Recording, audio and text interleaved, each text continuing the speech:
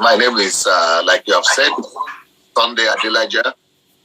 I'm a pastor in Ukraine, or I pastored in Ukraine, and until this crisis that just started last week, that now got me in a situation whereby I have to be hiding, and I'm on the run, so to say, right now because of the situation in Ukraine.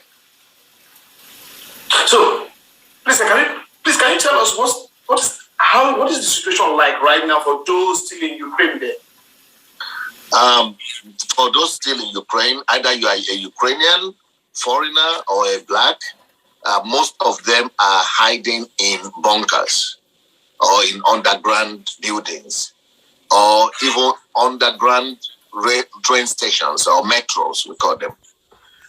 Those are being used like protective bunkers for citizens. So some houses also have designed as bunkers, but life is not comfortable in the bunkers. Of course, it's cold, it's wet. It could be, it's not life at home. So there might not be food there. There might not be drinks there. There might not be amenities. Sometimes it will be dark. So, but it's better for them to be there than to be in the house that could collapse on them at any time. So, are you still getting information from Ukraine? You get feed of information? Do you still interact with somebody in Ukraine to tell you how the situation of things with those that you left? Do you have a link? Oh yes, I'm linked. I have connection with Ukraine each time. Not all the time, unfortunately, that I have internet connection. But for some, I think people in Ukraine even have better internet connection than people of some of us who are on the move. So I'm constantly in touch with my house, with the situation there, with my street, with the city, with the church, with people from all over the country. Yes. And when did you finally come to that conclusion that, okay, I need to move? Now, what did you see that make you decide now this is the time to move? We have different people in our church, a lot of different people that, because I was trying to stay back, even my wife, both of us stayed back. But we first of all got information from the American government that they had a list of people to be eliminated or to be destroyed, something like that, after they take over the capital. And so some people who are highly placed in our country, in Ukraine there, who are Ukrainian, and also believers, got in touch with me and said, I'm on that list because of the influence and because of what God has used us to do in that country. So leave now, because tomorrow will be too late. And so that's why we have to take the decision instantly and had to leave, flee for our lives. You said your name was on the list. Why particularly has Puttin paid so much attention to you? Why are you a target? Oh yeah, we have been a target. We have been in conflict with Vladimir Putin earlier on since 2005, because most people are only seeing his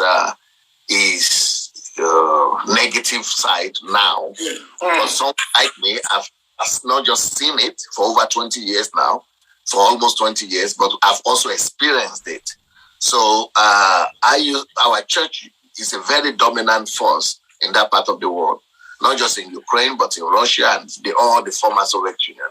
So when our churches in Russia itself went over 100 churches, I began to have problems. They began to question our pastors, call them to the KGB, began to suppress them and say that they are carrying Western ideology. And then I used to go to Russia to visit our churches and to conduct conferences and trainings for them. So one day, I was invited by the Russian national television, and but when I got to the border, I was detained. And then they gave me a deportation letter that I've been declared by the government of Russia as a dangerous person to the Russian Federation, and from now on I am a persona non grata. And so we went to court. We thought we were dealing with a democratic society. So I got some lawyers in Russia itself. They went to court, and when we went to court, I was not there because I couldn't be allowed into the country. The KGB people just came into the court one day and took the papers from the judge, and the judge couldn't do anything, and the judge just dismissed the case. And they said he is not allowed to enter to this country because it's a national security question. So since then, we have been at loggerheads with the government of Vladimir Putin.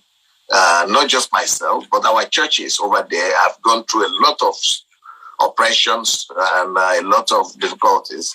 So even some of the questions, problems I was having in Ukraine, I began to have problems after that incident. I began to have problems in Ukraine. And the American embassy informed me that some of this situation I was going through was connected to pressure from from Russian Federation, because the government that was there at that time was very well connected to Russia. So the Russian government was using them to reduce the influence, because they thought the explanation of Vladimir Putin and his government was that I was an agent of Western values. Is there anything in particular is there any sermon in particular that you have preached in your church that you think will give them this suspicion? Oh, yes. I am a strong believer in national transformation. That church should not just gather in church buildings, but that church must penetrate into every sphere of the society and attempt to bring the kingdom of God into that society, either into politics, into the economy, into finance, into education, into science, and that the presence of the church must be felt in every area of any given society. So when our people began to take over, not just in Ukraine, but also in Russia, they now began to see me as a threat. Crazy.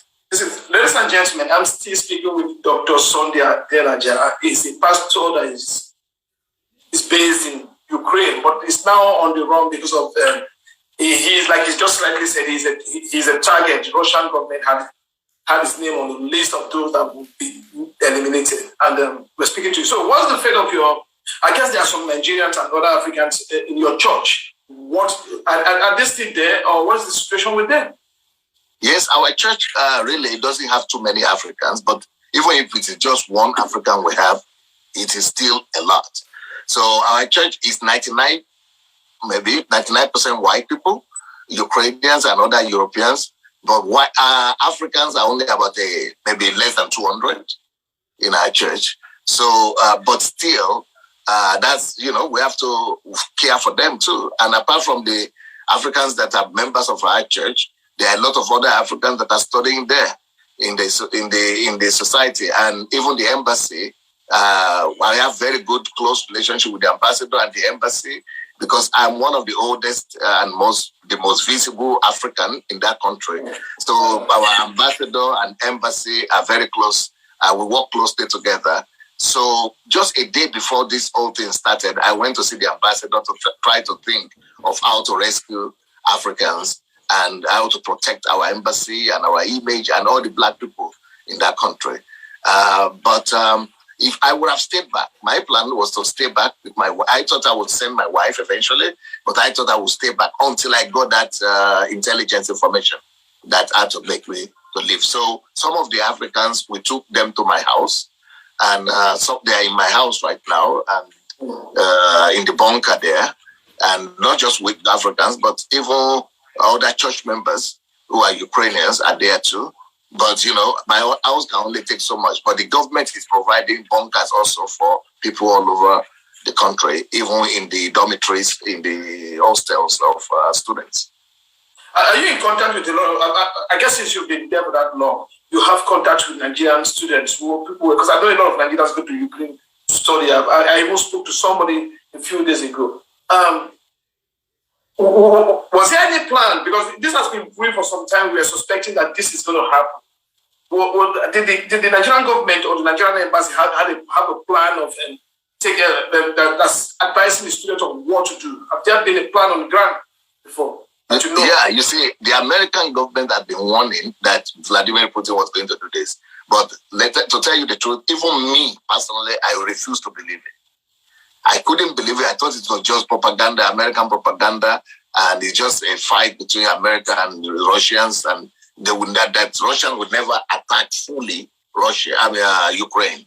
That maybe they will attack the eastern region, the two republics that they wanted to take, that they would just take those, cut that one off, cut those ones off, and leave the rest of Ukraine. But that they will attack, almost nobody believed in Ukraine itself. Maybe people all over the world believe, but in Ukraine, even the president of Ukraine didn't believe.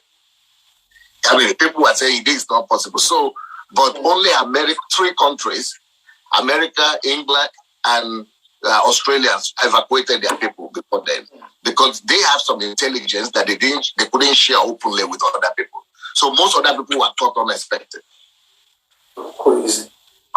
So would you believe now that you're safe somewhere now? You're out of Ukraine as it is now. You're safe where you are. I'm still on the way. I'm still on the move. Yes, I'm not settled yet. I've not arrived at a particular place to say that yes, I'm right now. So I'm still on the move.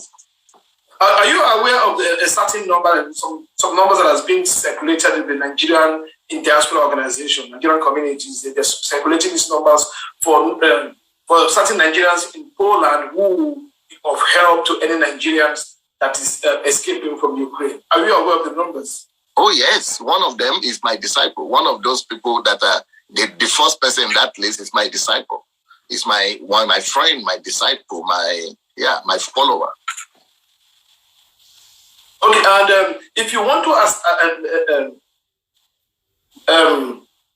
advise anybody, like the Nigerian government or individual Nigerians who are willing to help other Nigerians or who have families in Ukraine, how can they be of help? In what way can one assist them get out of this situation? One thing that Nigerians in Nigeria back at home should know is that whenever they hear the politicians say that they are going to arrange evacuation of Nigerians from Ukraine, they should just know that it's a political talk. Now, I'm not against the government, and I understand their passion, their desire to want to help, but it's not practical. They are not telling the truth because they know that the truth is bitter. And to tell the truth now will make people to go against them. The truth is that even Americans cannot evacuate their citizens from Ukraine right now. The ones who didn't go. No country can evacuate their citizens. The only thing the citizens can do is to try to risk their lives, go through the bombings, and try to get to the train station. But that is too risky that the government, the military, the police, everybody say don't do it. As a matter of fact, they even say, not just don't do it, but they have a curfew that is established that, from 8 o'clock, you don't even move in the country. But during the day, if you have for example, I'm trying to go and get some members of our church who are men, who are even in the military, to go to my house and try to go get the foreigners that are there, for at least to get them out. They said, okay, we can even agree with our own Ukrainian army not to shoot, but how will we agree with Russia not to shoot? Or the planes not to drop bombs? Who will take the responsibility on themselves that I'm taking these people out at my own risk, and if anything happens to all of them, who will we ask? So the government is saying the only thing to do right now, because the Nigerian government is saying, move to Poland, try to get to Poland. How would they get to? Have you been in a war zone before? How will you get to Poland? So the most secure advice right now is those ones who are not near the border, because Ukraine is a big people. Some people live near the border. Those ones, yes, can escape. But the ones who are living in the other parts, like in the capital where the war is going on, should go and hide themselves where the government recommends. Because even the public transport is not working. And we are talking about 20 kilometers, 15 kilometers to get to the place, or 10 kilometers to get to something. So how will you get there when a war situation? So the only thing the government can do is that those Nigerians who have managed to get to the border of Poland, that then the Nigerian government can only evacuate not from Ukraine but from Poland. This is the truth of the thing. They can only evacuate those ones in Poland or who have crossed over or who might be able to cross over because they are not in the fighting zone. But to try to evacuate those ones in Nigeria right now, in Ukraine right now, is like going to risk the lives of those people. So they should just stay in their bunkers where the government has recommended and made provisions. Right now, is the communication line still open? Are the internet still working? Are the telephone system still working? Is there any way that people can even reach out to people out there? Because in one situation like that, that's the first thing that they break down, this communication system. Yes, the communication system has broken down many times, but Ukrainians are so good in telecommunication and in IT in general. So they restore. Every day they are working to restore. Every day they are working to restore.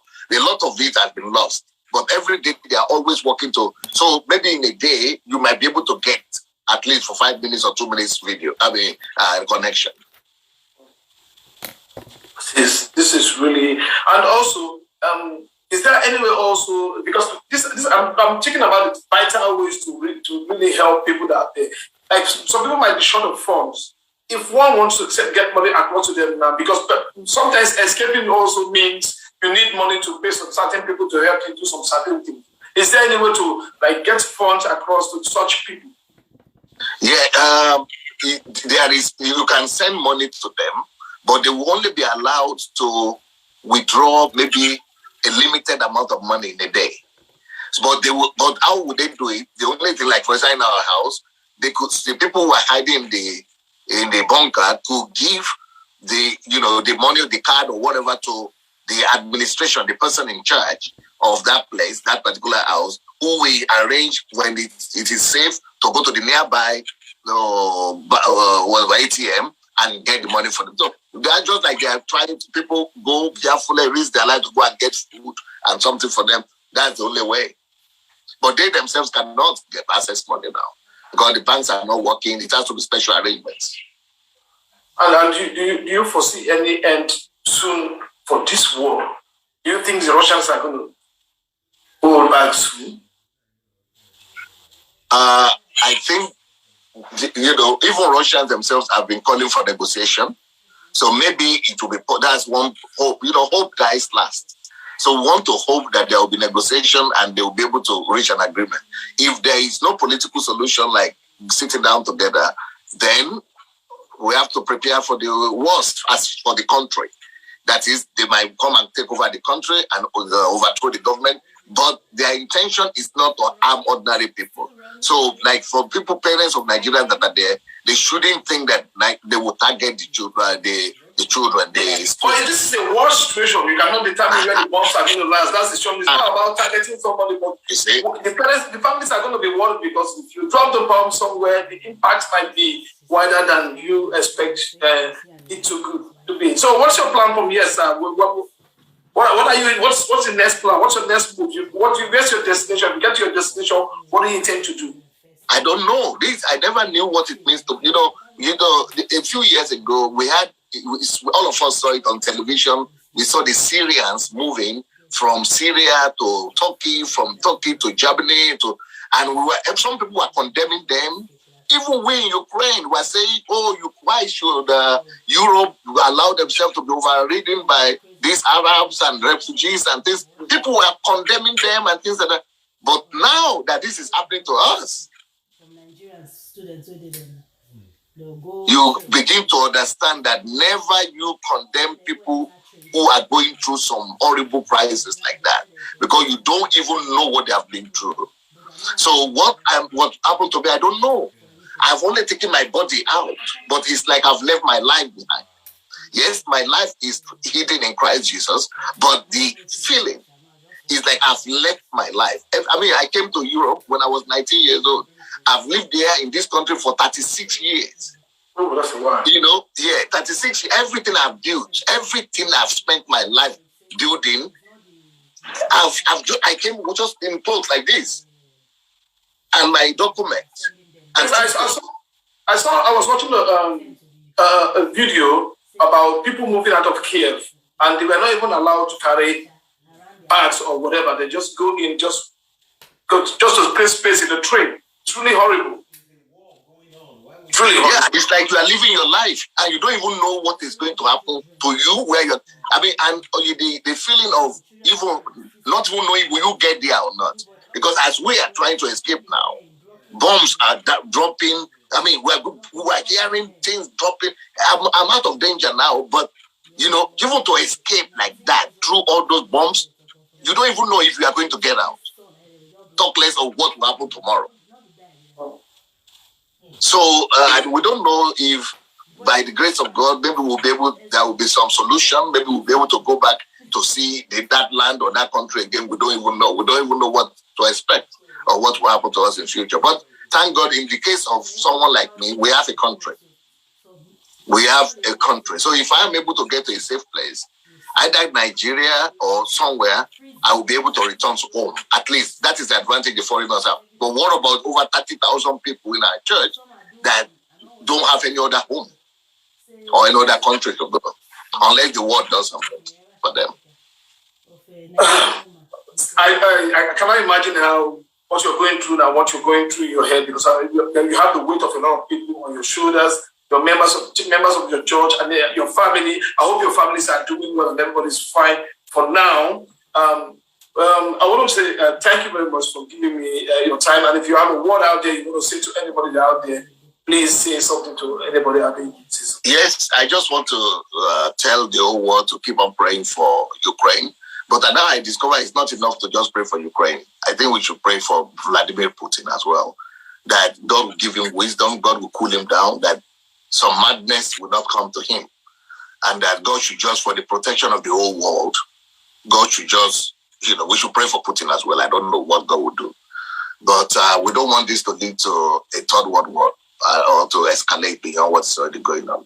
And pray for Ukraine, pray for all the people who are suffering, that God's peace will reign, that the Prince of Peace will reign in all this situation in our world. Thank you so much.